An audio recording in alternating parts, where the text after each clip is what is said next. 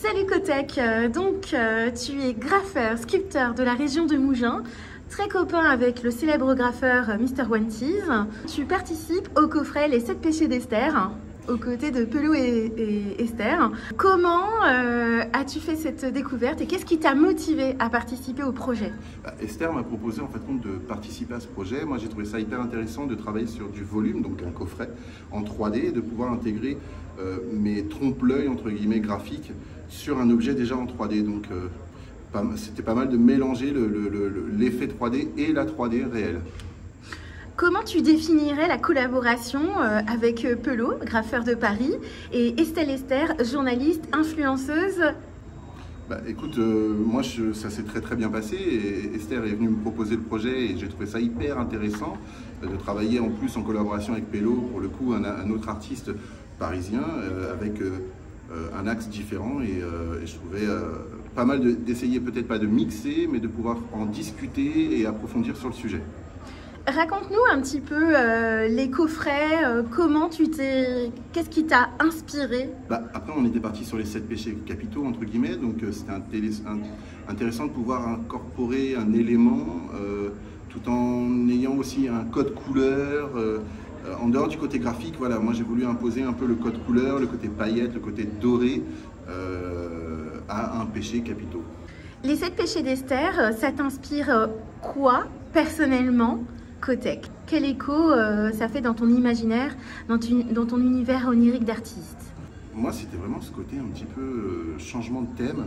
On a toujours les mêmes thèmes quand on fait du graffiti, ou en tout cas quand on peint des murs pour les gens, alors que là, enfin, on peut s'exprimer sur un sujet complètement différent et même peut-être un peu personnel, dans le sens où on parle d'amour, on parle de plein de choses, et c'est ça qui était vraiment intéressant dans le projet. Dis-nous un petit peu plus sur la méthode de création. Alors moi je travaille énormément à la règle, au millimètre et au scotch. Donc là, si tu veux, pour les coffrets, j'ai dû tout tracer au crayon, tout scotcher, tout peindre dans un style un peu folie, parce que c'était un peu le thème aussi. Donc ça permettait de s'émanciper en tout cas dans tout ce qui était colorisation, même en ayant la rigueur des lignes en fait compte, et après de découvrir l'œuvre quand tu vas enlever les scotch, et là tu te rends compte de la modernité et de l'effet que ça peut donner. Exactement, dans un intérieur pour les collectionneurs. Quel message veux-tu véhiculer auprès des collectionneurs d'art et amateurs? Je dirais déjà le fait de ne pas toujours rester sur le même support, la toile ou la sculpture.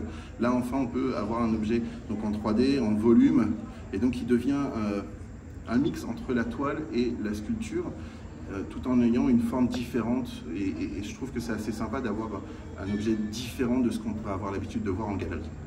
Donc en fait, pour résumer, les 7 péchés d'Esther, ce sont surtout des objets hybrides, à cheval entre l'œuvre d'art, le tableau classique, et puis un objet qui vit, qui décore votre intérieur, c'est ça? C'est exactement ça, c'est une œuvre d'art sur un objet atypique. Voilà.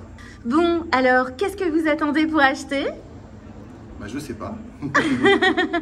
Dernièrement, tu étais à Paris aux côtés de Opar, célèbre graffeur, pour l'exposition Paper, c'est ça? Ouais, 100% Paper, c'est Opar en vérité qui m'a proposé d'y participer, et j'ai trouvé ça génial de sa part de pouvoir montrer des artistes qui sont plutôt underground, ou en tout cas pas en galerie, et de les exposer, de montrer en fait, d'avoir la possibilité de montrer un peu ce que je faisais de mon côté.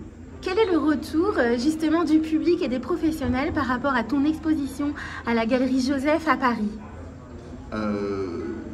Écoute, je pense que moi j'y suis allé, il y avait énormément de monde, c'était hyper intéressant, on a pu rencontrer aussi d'autres personnes, et quand on voit en fait les vidéos, les photos, on se rend compte qu'il y avait énormément de monde.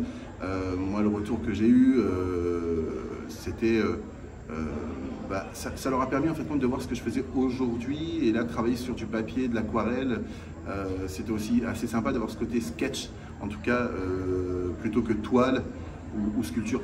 Ça change un peu, et puis ça permet de montrer un peu, je dirais, les bases de notre travail avant de créer un tableau.